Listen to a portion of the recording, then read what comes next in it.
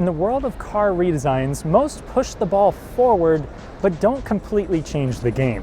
However, the new Prius has pretty much surprised even the most hateful of haters. So today I want to explore what makes this one better, and if that comes with any drawbacks. Next to me is the standard hybrid, although an identical looking plug-in version dubbed Prime is going to be available later in this year. Right now, if you have the money, motivation, and an imposing weapon, you can buy the regular hybrid. Starting off the changes, we have Toyota's more powerful and highly efficient 2-liter inline-4 instead of the old 1.8. We also have a more powerful and efficient electric drive motor. The only transmission is a highly responsive and reliable eCVT, which uses another motor to change ratios on the fly.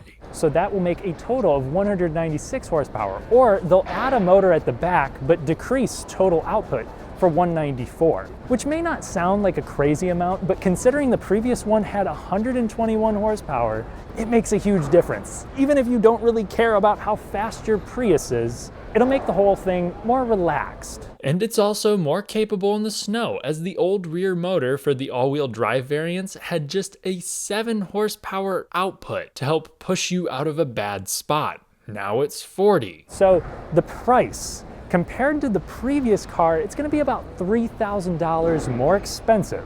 So let's go over what you get. First, wheels. These are much larger, and they do this without affecting the fuel economy. It's still stellar. It hasn't really improved, but what Toyota was trying to go for here was not to make this a more efficient vehicle or even a more practical one. They want to make it more desirable. So big wheels and fender flares help do that. This is of course all subjective, so let me know what your thoughts are in the comments section. Personally, I think that this looks great seeing it live.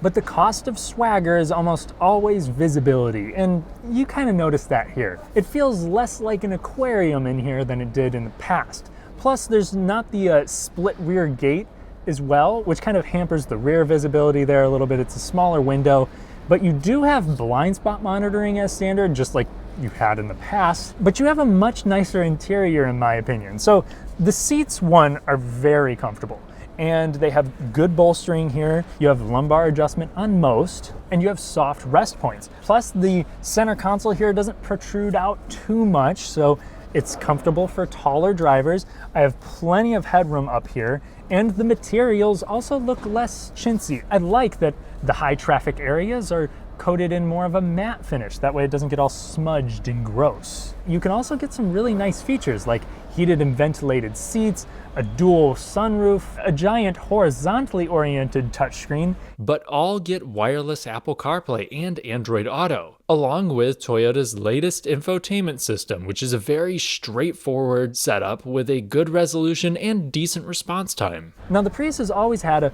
kind of oddball, tech-forward interior, and that continues here. You have a funky layout with a screen set way back on the dashboard and this kind of goofy looking steering wheel that reminds me of what's in the BZ4X. It's small, just like it's been in previous Prius models. I think they nailed the aspect that so many Prius buyers liked about the previous car, and that was not so much a wow factor, but a weird factor, except this one is also just more impressive. I think people will hop into this and feel that it is original, more so than just trying to be different. Plus, there is, of course, many hidey holes and aggressively millennial marketing, and in keeping with Prius tradition, a weird shifter. Now, when it comes to backseat space, the previous model had decent headroom and good legroom.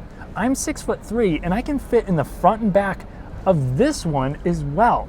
Granted, my head is grazing the roof there because they did lower this by a couple inches. I find support to still be acceptable back there. I think it's road trip worthy even if you have tall passengers, but unfortunately, no rear vents. And when it comes to the cargo area, like I said, this isn't any more practical than the old one. So to my eye, it looks maybe a little smaller. In fact, it's notably tighter, but of course, the seats still fold nicely. I will be doing my best efforts to take this out on the road here soon, but Toyota promises much better performance. In the past, I think I got 0 to 60 in 10.2 seconds. The manufacturer now says that should be like 7. And from everything I've seen, it should also handle better. The last one was very soft, still comfortable, but this should build upon that and also make it more fun. This generation of Prius feels like it is post-identity crisis. It's decided to go past surface-deep renovations through adding higher quality, allegedly better handling, style, and a more effortless powertrain. This comes at the cost of,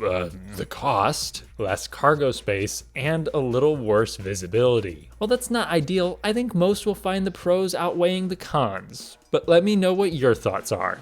Thanks for watching. Subscribe and hit the bell if you enjoy fun, detailed car content without fluff. Like to help me pull a fast one on the algorithm. And follow me on Patreon to help fund the channel's next big projects.